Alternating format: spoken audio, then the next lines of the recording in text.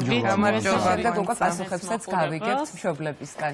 როგორც ყოველთვის საინტერესო თემა, ხო? მეც მიხარია. მაქვს რომ მოგეწონებათ, ვფიქრობ საინტერესო რჩევებს გაგიზიარებთ. ჯანსაღი და სწორი კვება არის ის, რაც თითოეულ მშობელს განსაკუთრებით გვაინტერესებს და გვინდა რომ ჩვენი შვილები სწორად იკვებებოდნენ და თითოეულ ჩვენგანს ერთხელ მაინც ვინც მშობელია დაუსვავს კითხვა თავისთვის, რამდენად სწორად იკვებება მისი შვილი.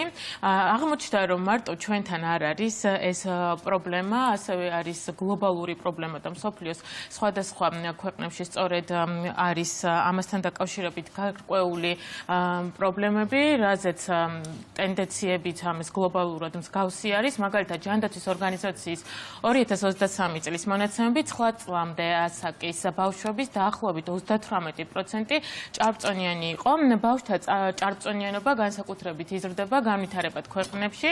რაც შეეხება არაჯანსაღ კვებას, ბევრ ქვეყანაში ბავშვები არ იღებენ საკმარის ბოსტნეულს და ხილს. მაგალითად, ამერიკის შეერთებული შტატების შესახებ შეგვიძლია ვთქვათ, რომ ბავშვების დაახლოებით 60% ხილსა და ბოსტნეულს რეკომენდებულ რაოდენობას საერთოდ არ იღებენ და ხშირად ბავშვები მიირთმევენ გადამეტებულ შაქარს, მარილს და ცხიმს, რომელიც რა თქმა უნდა არ არის სავარაუდოდ, იმიტომ რომ ამერიკა ერთ-ერთი გამორჩეული ქვეყანაა იმ კუთხით, რომ აი ეს ფასტ-ფუდებზე დამოკიდებულები არიან, მათ შორის ბავშვებიც მე მგონი. რაც შეეხება ევროპას, ევროპის ბევრ ქვეყანაში ბავშვთა ჭარბწონიანობა და ასევე ხილის მიმართ და ბოსტნეულის მიმართ მცირედ იკვება, საკმაოდ ესეთი მასშტაბური სტატისტიკა არის. იქ მიუხედავად იმისა, რომ რაღაცნაირად მათ კულტურაში დევს, ხო, აი ეს, მაგრამ ამის მიუხედავად საკმაოდ პრობლემური არის. სტატისტიკის მიხედვით დაახლოებით 29% არის ჭარბწონიანი, რაც საკმაოდ დიდი მაჩვენებელია. სამხრეთ ევროპაში, მაგალითად, იტალია, ესპანეთი და საბერძნეთი არის ის ქვეყნები, სადაც უფრო მეტად არის აი ეს პრობლემა, იმიტომ რომ აქეთ უფრო ჩრდილოეთ ევროპაში უფრო მოწესრიგებული და ისეთი ხალხია და ამასაც ძალიან დიდ ყურადღებას აქცევენ. ეს პროდუქტები, მოკლედ, საკვები ნაწილია, როგორც თქვით, მათი, მაგრამ როგორც ჩანს, პრობლემად რჩება და საკმაოდ დიდი გამოწვევა არის არა მარტო ამერიკაში, ასევე ევროპაში და კვლევები აჩვენებს, რომ მხოლოდ 20-30% ბავშვების რეგულარულად მოიხმარს რეკომენდებული რაოდენობის ხილსა და ბოსტნეულს. ევროპაში ბავშვების დაახლოებით 40% მოიხმარს შაქრის გადამეტებულ რაოდენობას და რაც შეეხება საქართველოს, ბოლო რამდენიმე წლის განმავლობაში ბავშვების ჭარბწონიანობა გაიზარდა. კვლევების მიხედვით 7 და 11 წლის ასაკის ბავშვების დაახლოებით 25 და 30% არის ჭარბწონიანი, რაც დიდად უკავშირდება არასაკმარის ფიზიკურ აქტივობასაც, აი ეს მკვეთრად არის ხაზგასმული სტატისტიკაში. ასევე კვლევები აჩვენებს, რომ ბავშვები ცილოვანი საკვების დეფიციტი და რძის ნაწარმის იშვიათი მოხმარება ხშირი არის, რაც რა თქმა უნდა იწვევს კალციუმის ნაკლებობას. ასევე ანემიის მაღალი მაჩვენებელი არის დაფიქსირებული როგორც ქალებში, ასევე ბავშვებში და სტატისტიკის მიხედვით აღმოჩნდა, რომ 10-დან 17 წლამდე ასაკში კიდევ უფრო დიდი არის პროცენტული მაჩვენებელი, როგორც ჭარბწონიანობის, ისე ანემიის და კალციის დეფიციტისას. ჯანმრთელობის მთელი რიგი პრობლემებია შეიძლება ითქვას დაკავშირებული კვებასთან. კვება ეს ის არის, რაც პასუხისმგებელია ამ ყველაფერზე, შესაბამისად, ამიტომაც არის, რომ ჩვენ მშობლები ვცდილობთ, რომ განსაკუთრებული ყურადღება მივაქციოთ ხოლმე ამ თემებს. გამოწვევები მართლაც დიდია, ბუნებრივია, რომ ვაკეთებთ ყველაფერს იმისთვის, რომ რაც შეიძლება მეტი და მეტი გავიგოთ, იმიტომ რომ ახლა ბალანსირებული კვება ეს ესეთი უკვე დამკვიდრებული ტერმინი არის, მაგრამ ყოველ შემთხვევაში მაინც ეს სხვა ტიპის კვლევები ყოველთვის გარკვეულ სიახლეებს გვთავაზობენ ხოლმე და ამიტომ და რეალურად კიდევ უფრო აწყდები ამ პრობლემას, როცა თავისთავად უფრო იზრდება და ბუნებრივია, ძალიან მიხარია, რომ ამ ყველაფერში მეც ვიღებ მონაწილეობა, ალბათ ლაშა შენც და ნებისმიერ მშობელს და დედას. ლიკა თეთრაძეს უნდა ვთხოვო, ჩვენი დღევანდელი გადაცემის სტუმარი ენდოკრინოლოგი, სწორედ ის იქნება და ბუნებრივია მასთან ერთად შევეცდებით გავიგოთ მეტი იმ პროდუქტებზე, რომელიც ჩვენ სივრცეში არის წარმოდგენილი, რომელიც არ არის ასევე წარმოდგენილი და ვიცით, რომ მნიშვნელოვანია მიიღოს ჩვენმა შვილმა. მოგესალმებით. მოგესალმებით მაყურებელს. მთელი რიგი, ესე იგი, გამოწვევები დგას ჩვენს წინაშე. კი, ახლა გვასაუბრობდა იმ სტატისტიკაზე, რომელიც არსებობს მსოფლიო მასშტაბით და ციფრები არც ისე სახარბიელოა და ყველა პრობლემა პრობლემა ჯანმრთელობის ძირითად შემთხვევაში უკავშირდება ხოლმე ამ არასწორ კვებას. ბუნებრივია, კვება ძალიან მნიშვნელოვანია, სწორ აქცენტებს აკეთებს და განსაკუთრებით მნიშვნელოვანია ბავშვთა კვება, ვინაიდან ჯანმრთელობის საძირკველი იყრება ბავშვთა ასაკში და ძალიან მნიშვნელოვანია ამ სწორი კვების სტერეოტიპის ჩამოყალიბება, რომელსაც ადამიანი მერე მთელი ცხოვრება მისდევს, იმიტომ რომ ხშირად გაიგონებთ დასრულ ასაკში, განსაკუთრებით ჩვენ ენდოკრინოლოგები, რომლებიც ვაწყდებით, რომ არასოდეს არ მისაუზმია. ამას გეტყვით დასრული ადამიანი 50 წლის, 60 წლის სრული როგორ გითხრათ, სიამაყე შეგრძნებით და იმ შეგრძნებით, რომ ეს არ უნდა შეიცვალოს. არა და ეს ყველაფერი ამის საფუძველი არის ნამდვილად ბავშვობაში. იწყება ადრეული ასაკიდან. ამაზე და საფეხურებზე აუცილებლად ჩვენ ვისაუბრებთ, მაგრამ მე აღვნიშნე, რომ გვანცამ გამოკითხა მშობლები, ალბათ ყველაზე საინტერესო ის არის, ბავშვებს რა დამოკიდებულება აქვთ ჯანსაღ პროდუქტებთან და მათი ემოციები როგორია. როდესაც ამ თემაზე ხოლმე ორი პატარა მყავს და დგავარ ამ პრობლემის წინაშე, ნამდვილად გულწრფელად რომ თქვა, უფროსის შემთხვევაში უფრო ვახერხებდი, მაგრამ პატარასთან მიჭირს, იმიტომ რომ ხედავს, რომ უფროსმა შოკოლადი მიირთვა, იგივე ბურგერი შეიძლება ჭამოს და რაღაცნაირად უფრო ადრეულად ასაკში მოხდა, რომ გაესინჯა ეს პროდუქტები. მეც ამ მდგომარეობაში ვარ, სულ ფაქტობრივად ფსიქოლოგიური საუბრები გვაქვს ხოლმე, კი. ამიტომ გადავწყვიტე, რომ გავსულიყავი თბილისის ქუჩებში და ჩამეწერა მშობლებიც და შვილებიც და მათგან გაგვეგო პირველ რიგში ბავშვებმა რამდენად იციან, რას ნიშნავს ჯანსაღი კვება და როგორი პროდუქტები შეიძლება იყოს ასეთი და ზოგადად რას ფიქრობენ აი ამ საკვებთან დაკავშირებით და მშობლებიც რა თქმა უნდა ჩავწერეთ, იმიტომ რომ მაინტერესებდა რეალურად მარტო ჩვენ გვაქვს ეს პრობლემა თუ მშობლებიც იგივე პრობლემის წინაშე დგანენ თუ არა და მგონი საინტერესო ინფორმაციასაც მივიღეთ. აუცილებლად საინტერესო იქნება. კი ბატონო.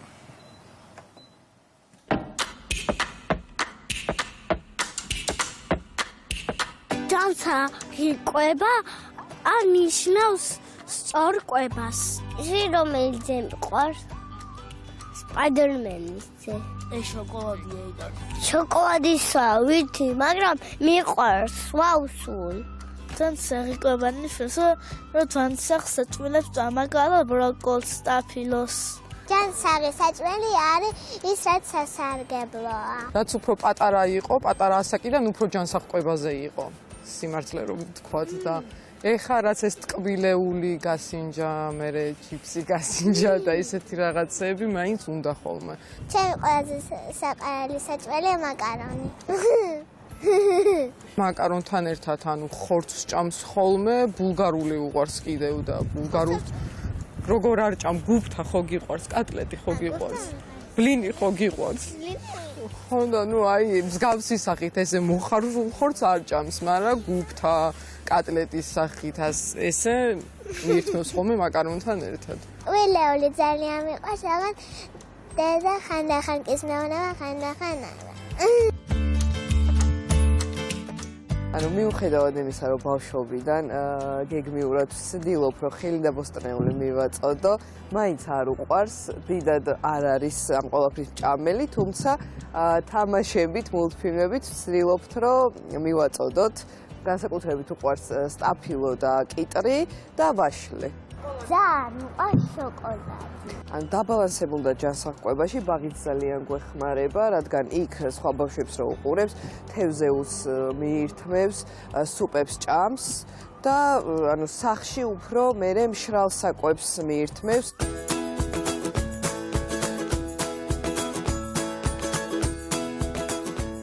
ხან მიდება ხოლმე არაჯანმრთელი საჭმელი, მაგრამ ამის შემდეგ მე ჯერ მაწოლს ჭამ ხოლმე, ჯერ ჯანსაღს და ამის შემდეგ მე ვაყოლებ არაჯანსაღს. მიყვარს სტაფილო ძალიან. თვეში ერთხელ შეიძლება ჯანკფუდები რო ჭამ. ბაღში შემიყვარდა წვენების ჭამა. ბანანს მივირთვე ხოლმე დილით დესერტად. ესე ძალიან ხმამაღალი ნათქვა მიიქნება, რომ ბოლომდე ჯანსაღი კვებით ვართ, მაგრამ აი დათუნას შემთხვევაში უფრო გამომდიოდა თავიდან, იმიტომ რომ პირველი შვილი იყო და მაინც ძალიან ვცდილობდი, რომ რაღაცები ყველა ის საჭირო პროდუქტი მიეღო, რაც ჭირდება ბავშვს, მაგრამ ну აი მაგალითად 7-8 წლამდე არაფერი არ ქონდა გასინჯული, არც ზეხვეული, არც არაფერი. ну აი მერე და მერე გარემომ შეგვიშალა ხელი სამწუხაროდ, როგორც მეუბნებია თუ არ უნდა და ამათ იმდენი რამე არ უნდა ცხოვრებაში, რომ აი ესე არ უნდა ვერ ვშვები. შოკოლადი და ნაყინები კი მიყვარს, მაგრამ არ შეიძლება ჩემთვის, იმიტომ რომ ლაქტოზის აუტანლობა მაქვს. მე და ნანუ ძალიან ახლო მეგობრებიც ვართ და ვეუნები ხოლმე, რომ ხომ იცი, რომ ეს შენთვის არის საზიანო და ის არ მოგიტანს კარგს. და ამიტომ ყველაფერს აკეთებს იმისთვის, რომ მოერიოს თავის თავს და ამაში ხელს უწყობ მეც. მეც იგივენაირად ვაკეთებ და ვიკვებები, როგორც ნანუ. ულაქტოზო იყიდება რა და მასეთ რაღაცებს ვყიდულობთ რა. აი ულაქტოზო რძეს, ულაქტოზო მაწონს და ტკბილეულს, ოღონდ ტკბილეული არის ბიოსი. ну რა თქმა უნდა ბავშვია და ტკბილეულიც უყვარს, უნდება ტკბილეულიც და ხანდახან ხდება გამონაკლისი, როდესაც ამის ნებას ვთავ, მაგრამ აუცილებლად სულ კონტროლის ქვეშ ვყავს. დილით საუზმეზე არ წამ ტკბილეულს, სადილით საწმოს მოვჩებით ცოტა ტკბილეულს წამოვან ცოტას. 3 წლამდე, როდესაც მე ვაკონტროლებდი მის კვების რაციონს ძირითადად დიდი გამოწვევა ჩემთვის არ ყოფილა ტკბილეული და შოკოლადი. 3 წლის შემდეგ, როდესაც უკვე დაიწყო ბაღში სიარული, შემდეგ უკვე სკოლაში სიარული, დაბადების დღეებზე სიარული, ცოტა შედარებით გამიჭირდა რა თქმა უნდა ამის კონტროლი. ჩემი საყვარელი საწმელია მაკარონი წიწიბურა, მაკარონი, ბულგარო, სტაფილოთი, ხინკალი და პიცა. დაჭისთან დაკავშირებით ჩანს აღიკვების რაციონში შეტანა ჩემთვის რთული არ იყო, თუმცა გაცილებით უფრო რთული აღმოჩნდა ეს ნინას შემთხვევაში. რადგან ნინა უყურებს უკვე უფროს ძმას, ხედავს როგორ მიირთმევს ტკბილეულს, შოკოლადს და მასაც ამან უფრო შედარებით პატარა ასაკში დაიწყო ესე ვთქვათ ტკბილეულის დაგემოვნება. მე მიყვარს დიდასთან ერთად ვაკეთებ მაკარონს ბულგარულთან ერთად და სტაფილოსთან. იცი რა არის, ჩემ და გასაკვირად საკმაოდ გათვითცნობიერებულია ეს თაობა. აქვთ გარკვეული ცოდნა, ხო, ამ საკითხებთან დაკავშირებით, მათ იციან, რომ ტკბილეული საშიშია მათი ჯანმრთელობისთვის, სულაც არ არის სასარგებლო, მაგრამ ნუ ეს ახლა გასაგებია, რომ პრობლემა არის, რომ მაინც უყვართ. ამაზე პატარები კი არა, ჩვენ ვერ ვამბობთ დიდები. აი ეს ბავშვის კომენტარი იყო ძალიან მაგარი. არა, ლურჯი ქუდით. ვიცი რომ შოკოლადის არის და მიყვარს და რა ვქნა. რა უნაქნა ეს კომენტარს გამოვარჩევდი, სადილზე მივირთმევ, რომ თქვა პატარა ბიჭმა.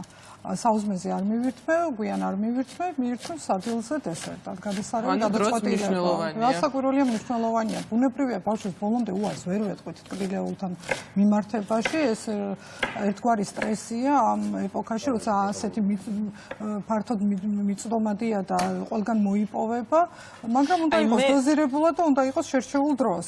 აი მე საათებში როგორც მივხვდით, უმჯობესია ესე იგი. ერთ-ერთ ბავშვზე, რომელიც არის 6 წლის და უკვე იცის, რომ მისთვის არის მავნე გლუტონი და ლაქტოზიანი საკვები. აი ამასთან დაკავშირებით რომ გითხრათ კომენტარი, რამდენად მნიშვნელოვანია, რომ პატარა ასაკიდანვე მივაწოდოთ ბავშვებს მსგავსი ტიპის ინფორმაცია. ზოგი მშობელი მაგალითად ფიქრობს, რომ ისტრესება და აი თავიდანვე რო ეუბნები, რომ ეს არ შეიძლება, ეს არ შეიძლება, ეს არ შეიძლება, რთულია, მაგრამ ამ შემთხვევაში საკმაოდ გააზრებული გამოცდილებას ვიტყვი. ჩემზე მეტად დღეს ჩემი შვილი აკვირდება ვადებს მაგალითად, აკვირდება არის თუ არა ესე მკითხავს ხოლმე, რომ ჩემთვის საშიში ნივთიერებები რა მე არის ეს შეიძლება ამას ვამბობ რომ მშობლის ჩართულობას რა თქმა უნდა მშობელმა უნდა აუხსნას რა საკურველია აქ არ შეიძლება ესე აპრიორი აკრძალვა ბავშვს აუკრძალო ეს არ როცა ბავშვს აუხსნით რომ თუ პირობითად ბავშვს აქვს გლუტენის აუტანლობა შესაბამისად გლუტენით მდიდარი საკვების მიღების შემთხვევაში მას მუცელი შემოებერება იქ ბაღარათი დაემართება, ღამე არ დააძინებს, ეს ნაწლავური კოლიკები მისთვის ძალიან შემაწუხებელია, ძალიან ადვილად გაიგებს ბავშვი. მაგრამ თუ ბავშვს არ აქვს გლუტენის აუტანლობა, რატო უნდა აუკრძალოთ გლუტენის შემცველი საკვები? აქ ესეც არის სადიფერენციაციო, ხო? ამიტომ მნიშვნელოვანია ბეჯგუფის ვიტამინებს შეიცავს. მარცვლეული ასე ხელაღებით არ შეიძლება მარცვლეულის ამოღება. კი ბატონო, იმიტომ რომ გლუტენი გახლავთ ცილა, რომელიც ძირითადად გვხვდება მარცვლეულში. მარცვლეული სრულ მარცვლოვანი მარცვლეული კულტურა ძალიან სასარგებლოა. ეს არის რუხი პური თუ წიწიბურა, შვრია, ასე შემდეგ. მაგრამ იგივე ხორბალი, შვრია, წიწიბურა, ქერიჭვავი შეიცავს გლუტენს. თუ ადამიანს აქვს პრობლემა გლუტენის მიმართ, მაშინ მათ რა საკვირველია უნდა შეზღუდონ. თუ ეს არის რადგან შევეხეთ ამ თემას, მოდი ახლა ჩაგეკითხებ და მე მინდა რაღაცნაირად რომ ყველა საფეხური მოვიცვათ, ხო? აი გლუტენის აუტანლობაზე იგივე ძალიან ბევრს საუბრობენ, ალერგიულობაზე, მიუღებლობაზე, მაგრამ აი თვითონ მშობელმა როგორ უნდა ამოიცნოს, თქვათ რომ შეიძლება დადგეს ამ პრობლემის წინაშე და მის შვილს მიუღებლობა აქვს. იცით რა, მშობელი ყოველთვის კარგად აკვირდება, საერთოდ ადამიანი თავის თავსაც აკვირდება და ბავშვიც დამიჯერეთ ძალიან კარგად ხვდება რა წყენს და რა არა. რასაკვირველია, მშობელი განსაკუთრებულად ჩართულია პატარა ასაკში, პატარა ვადებზე და თუ შეატყობს შესაბამის სიმპტომატიკას, ეს არის რაღაცა ამის შემდეგ პირველ რიგში შებერილობა, კუჭნაწლავის პრობლემები იწყება, ვიღაცას შეკრულება ემართება, ვიღაცას დიარევა, შეიძლება გულისრევა მოხდეს, შეიძლება ზოგადი აუხსნელი სისუსტე ქონდეს ბავშვს, შეიძლება თავის ტკივილი იყოს, შესაძლოა სახსრების ტკივილიც იყოს, გააჩნია აქ ამ შემთხვევაში აუტანლობის რა ხარისხთან გვაქვს და რომელ პრობლემასთან, იმიტომ რომ ცელიაკია დაავადება ის ცოტა სერიოზულად მიმდინარეობს. უბრალოდ აუტანლობა ეს შედარებით მსუბუქი ფორმით მიმდინარეობს. ნებისმიერ ასაკში შეიძლება რომ შეძენილი იყოს? არა, შესაძლებელია ეს იყოს გენეტიკური, თავად ცელიაკია გახლავთ მემკვიდრული დაავადება, რომელიც მემკვიდრული დაავადება, რომლის საფუძველი არის ეს აუტოიმუნური დაავადება. ამის საფუძველი არის ის, რომ ცილა გლუტენს ორგანიზმი აღიქვამს როგორც უცხოს და გამოიმუშავებს ანტისხეულებს მის მიმართ. და ეს მიზანმიმართული აგრესია ამ საკუთარი ორგანიზმის მიმართ მთავრდება იმით, რომ ვითარდება ენტერიტი, ან ნაწლავის ანთება ვითარდება. შესაბამისად, სწორედ ამიტომ თქვი, ეს დაავადება უფრო აგრესიულად მიდის, მაგრამ რა თქმა უნდა, დიაგნოზს არსებობს დედა. დედა პრობლემას ხედავს და ამისთვის მერე მიმართავს ექიმს და სწორედ ექიმის ვალდებულება მერე სწორი დიაგნოზის დასმა. ლეკ ამ შემთხვევაში თუ მიუღებლობა აქვს, ბუნებრივია საერთოდ უნდა ამოღებოთ. იცით რა, მარცვლეული კულტურებში პირველი რაც ჩამოგითვალეთ 4-ეული მასში გლუტენი ბევრია და ის უნდა ამოვიღოთ, თუ არა აქვს დატანებული ეტიკეტზე გლუტენ ფრი, იმიტომ რომ ბევრს უკვე დამუშავებულია და გლუტენისგან გამოთავისუფლებულია, მაგრამ არსებობს სხვა მარცვლეული, რომელიც უფრო ნაკლებად არის, ეს არის ბრინჯი, არსებობს ამარანტი, არსებობს კინოა, არსებობს ამით ჩანაცვლება ხდება ერთგვარად. შედარებით ნაკლებია წიწიბურაში და იმის მიხედვით რა სიმპტომატიკა პედიატრი თავად იღებს გადაწყვეტილებას ეს სულად უნდა მოიღოს თუ ამ მარცვლეული ჩაანაცვლოთ ან დამუშავებული პროდუქტით, სადაც გლუტენი გამოცვლილია. რომ კითხოთ, არსებობს ესეთი რეკომენდაციები, რომ მარილი და შაქარი უნდა ამოვიღოთ. მიუხედავად ამისა, სტატისტიკის მიხედვით დგინდება, რომ ბოლო 2 ათეული წლებია მსოფლიოში 90%-ზე მეტი მშობელი მაინც იყენებს მარილს და შაქარს იმისთვის, რომ უფრო გემრიელი იყოს კერძი. დაიყოლიან ბავშვები საკვების მიღწევაზე. აქაც ასაკს გააჩნია. წლამდე ბუნებრივია პედიატრები ხო რეკომენდაციას არ აძლევენ წლამდე მარილის და შაქრის. მეცაც გეტყვით წლამდე ბავშვი გემოვნებას თუ ჩვენ არ შევუცვლით და არ მივაჩვით მარილს და შაქარს, წარმოუდგენელია 5 და 6 თვის ბავშვს მარილიანი საკვები მოუნდეს. ამ ხრი პრობლემა არ არის ბავშვის მხრიდან, ამ შემთხვევაში აქ არის მშობლის მხრიდან ინფორმატიულობა. თუ ეს 1 წელი ცოტა იქითაც გაგრძელდება, როგორც ერთ-ერთმა გათვითცნობიერებულმა მშობელმა ბრძანა, 3 წლამდე არ ვაჭრევდიო, რაც 3 წლამდე ალბათ უფრო გაგვიჭირდება, მაგრამ ძალიან მცირე ულუფების შესაძლებელია ამ მარილის დამატება. რაც შეეხება შაქარს, შაქრის შემცველ პროდუქტებს მაინც იღებენ ბავშვები ასე თუ ისე, რაღაცა ორცხობილის ფორმით, რაღაცა ნამცხვის ფორმით. ამიტომ თვითონ ჩაი, თვითონ კაკაო, ასე შემდეგ შესაძლებელია, რომ ეს მთელი ცხოვრება გაგრძელდეს ისე, რომ ბავშვი მიეჩვიოს და უпростоრად არ მივაჩვიოთ შაქრიან ჩაის.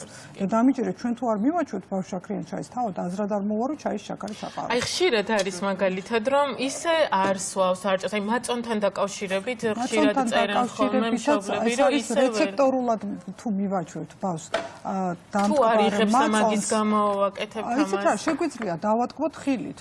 ბანანი აგერ არის წარმოდგენილი ლიკას მასში, და აბსოლუტურად შაქარს, რომელსაც ბანანი ბუნებრივად შეიცავს მარტივ და თვისებად შაქარსაც, მაგრამ ფრუქტოზას და მაგრამ ამ შემთხვევაში ეს არის ბავშვისთვის ენერგიის წყარო. ეს მისთვის მავნებელი ნამდვილად არ არის. მით უფრო თუ სწორი კომბინაციით იქნება, იმიტომ რომ ბანანი მაგალითად არ შეიძლება როგორ გითხრათ, ხორციანი კერძის მერე იქვე მივაყოლებინოთ ბანანი, იმიტომ რომ ეს სწრაფად ათვისებადი ნახშირწყლები დიდი რაოდენობით შესაძლოა იქ რაღაცა შებერილობა, ასე შემდეგ პრობლემები გამოვიწვიოთ მონელების მხრივ. თუმცა ბანანი ძალიან კარგად შესაძლებელია, რომ მაგალითად მაწონში იოგურტის ტიპი გავუკეთოთ სახლში. კერტლის სიროფი, აგავას სიროფი ამ შემთხვევაში იცით რაც უფრო ნაკლები იქნება მსგავსი რამ უკეთესი, მაგრამ აქაც შედარებითია, ხო? თეთრ ჩვეულებრივ შაქარს ასაკურელია სჯობს, იგივე ეხება ხშირად ანაცვლებენ. თაფლი ბავშვებთან პატარა ასაკში არ არის მიჩნეული, სხვადასხვა არის მოწოდებული 1 წლამდე, 2 წლამდე. მე ვიტყოდი ალბათ უფრო 2 წლამდე. თუმცა ზოგიერთი პედიატრები წლიდანაც მიაძლევენ, რომ მაინც ჩვენ მშობლები ვაყალიბებთ ხოლმე ჩვენი შვილების გემოვნებას. აი იგივე ადრეულ ასაკთან დაკავშირებით არსებობს ესეთი ძალიან. არა, ანუ რა ახალგაზრდებები ნაკლებად, ახალგაზრდებები ნაკლებად დასაყვებაში. მე დამკაცრებებია ვარ, მაგრამ ჩემი 2 წლის შვილიშვილი, რომელიც ჯერ კიდევ წესიერად ვერ საუბრობს, მოდის და აი ეს მთხოვს რომ ნაყინი აი მათ პრობლემაა იმისი, ვინც პირველად ეს ნაყინი გაასინჯა. ხო, მაგრამ ეს როგორ აუგზავ ხა სადაც გადიხარ სკვერში, პარკში, ღიად იყიდება და ვერ აუგზავ, ბუნებრივია, ვერ აუგზავოთ, ვერ ვაყოფოთ სტრესის პირობებში, ამიტომ სკვერში სასრიალო მოედაზე, სადაც ბავშვი იმ ენერგიას დახარჯავს, ესეც უნდა გავითვალისწინოთ. იგივე ნაყინის მირთმევა საღამოს ტელევიზორთან, მე გადაკოტრიალდება და იძინებს, ასე არ ივარგებს. დღის მანძილზე ის ნახშირწყალი, როგორც თქვათ, წინ კვებათა შორის ინტერვალში მაინც არ არის სასურველი ხემსი მხოლოდ ტკბილეულით. ნახეთ როგორც თქვით უკვე. ან ხაჭო კონდეს მირთმეული, ან მაწონი, ის რაც თავსებადია იმ ტკბილეულთან და მე მივაყოლოთ ნაყინი და მე ირბინოს ბავშვმა სკვერში რამდენი და რომ მეკითხა ენერგიასთან დაკავშირებით, აი რა პროდუქტები შეგვიძლია შევთავაზოთ ბავშვი იმისთვის, რომ არ გამოიფიტოს, როგორც გონებრივადაც ხო ჭირდება რა თქმა უნდა და ასევე ენერგიას რო კონდეს ისგან. ეს ტკბილეულს თუ არ მიითმევს გონებრივი არა, ტკბილეულზე არ ვიძახი, ენერგია რო კონდეს ბუნებრივია, ბავშვს ძალიან დიდი მნიშვნელობა აქვს ბავშვი როგორ ჭამს, იმიტომ რომ ის ვითარდება ფიზიკურად, გონებრივად, მას ჭირდება ძალიან ბევრი მიკრო და მაკრონუტრიენტი, რომელიც მან ყოველდღიურად უნდა მიიღოს. დაუშვებელია მშობელი დანებდეს და თქვას, რომ ჩემი შვილი მიირთმევს ხოლმე ჩემწვარ კარტოფილს. ბევრია ესეთ შემთხვევა. დაუჯერებელია თქვათ, რომ რაღაცა ერთ მონო პროდუქტს აირჩევს ბავშვი და დედამ უნდა შემოუაროს ამ მხრივ იმ მხრივ ეთამაშოს ლამაზი ფერადი ჩართულობით აბსოლუტურად ვეთანხმები ლიკამ რომ წეღარო ბძანა რომ ბავშვს დავაჭრევინოთ ბოსნეული იქნება ეს ხილი იქნება თავისი თითუნებით რაღაცა ფორმით ჩაერთვება და მე დაგემოვნება ერთგვარი სტიმული ხდება ეს შემდეგ ეს მათთვის საბოლოო ჯამში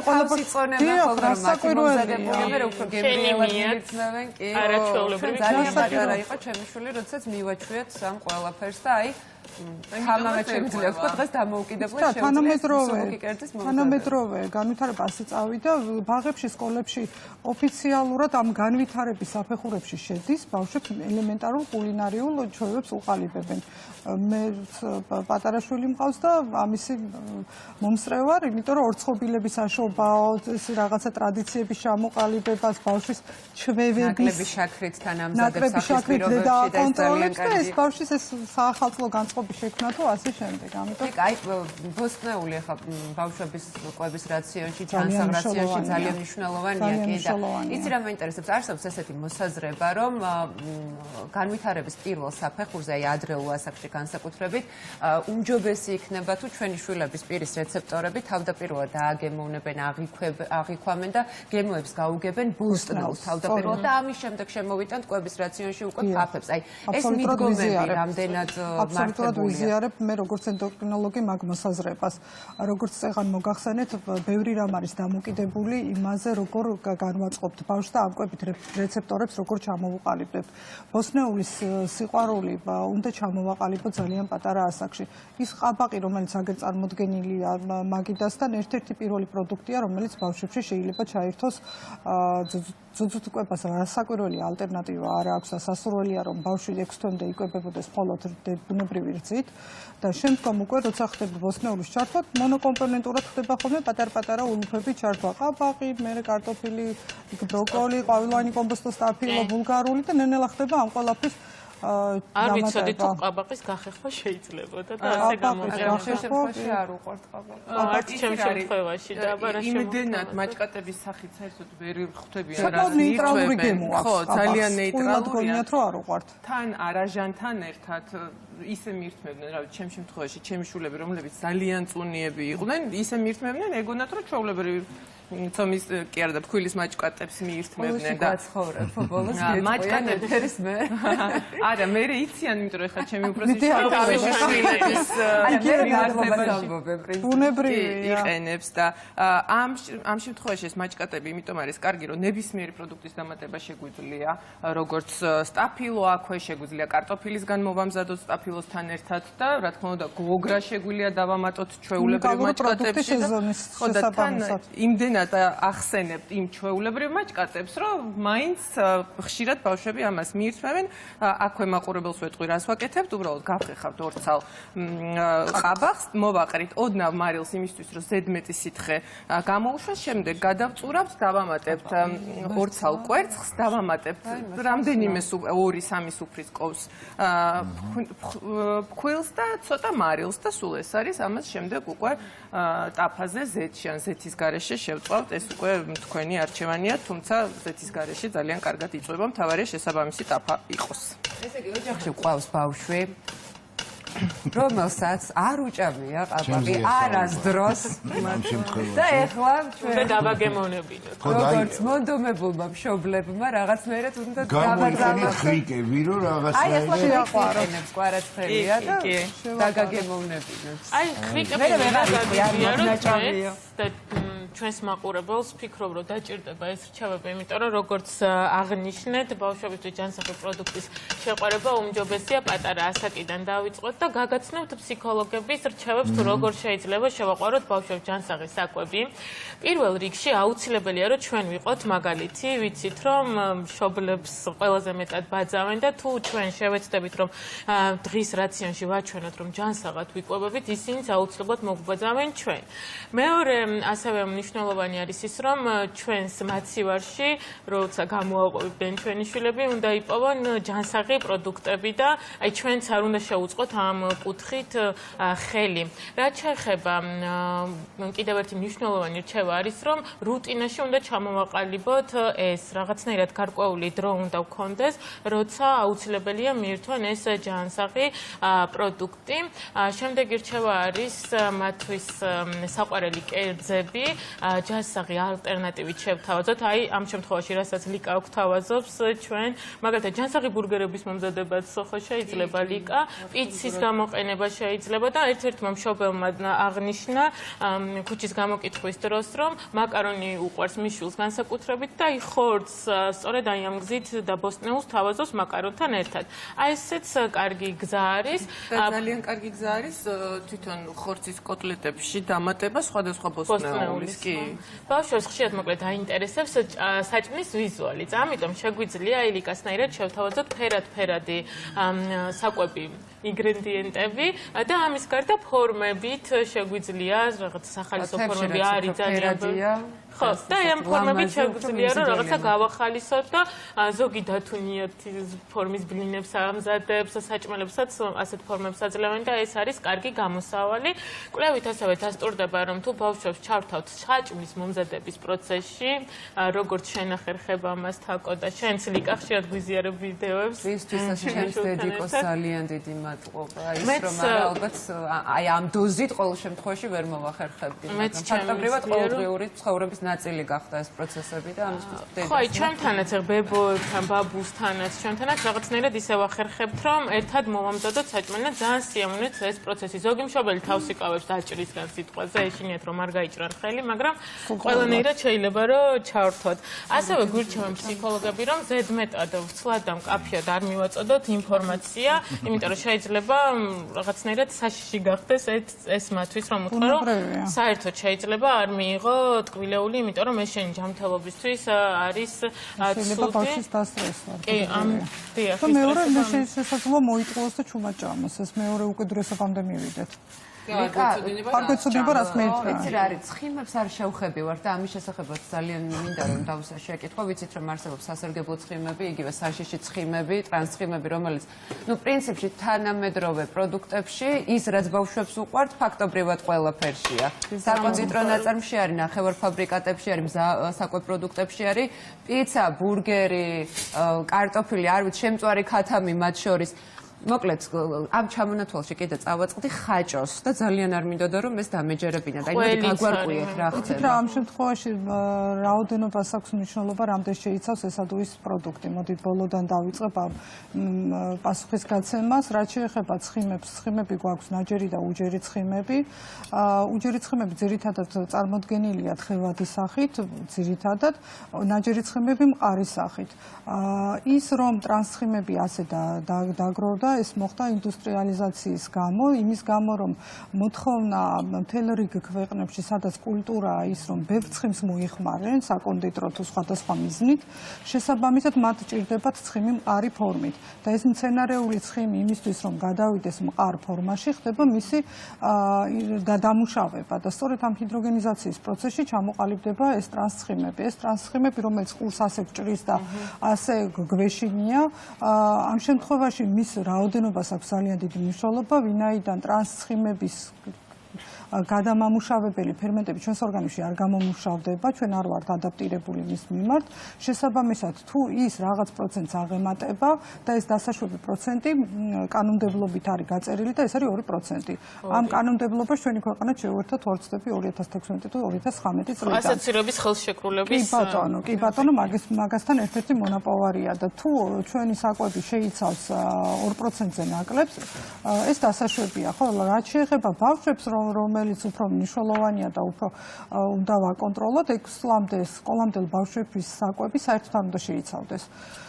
შესაბამისად, მაქსიმალურად უნდა შევეცადოთ, რომ ბავშვებმა არ მიიღონ ამ ტრანსცხიმებით მომზადებული ის საკვები, რაც თქვენ უკვე ჩამოთვალეთ, იმიტომ რომ ნებისმიერი საკვები დამზადებულია მას. კი, ერთი კითხვა მაქვს, თქვენ საუბრობთ ხილკებთან დაკავშირებით, ნუ განსხვავებულია, ხო, ყველა ინდივიდუალურია და შესაბამისად შეიძლება რომ უბრალოდ არის ბევრი ბავშვი, რომელიც გემოს რეცეპტორი სხვანაირად. ხო, არა, და პლუს ამას რო ხედავს ზადების პროცესში, რომ ხალხს უშვებიან საჭმელს, მაგალითად ვამბობ, პირდაპირ უარს ამბობს, იმიტომ რომ მე უბლენდერებენ ან რაღაც აი გამოსავალი ყოველთვის არის, ხახახვი იხარშება, ამოიღებს და გადააგდეს. ბავშვმა დედამ ყოველთვის იცის ბავშვის გემოვნება, შესაბამისად შესაძლებელია ადაპტირება ნებისმიერ იგივე მწვანეთან დაკავშირებით.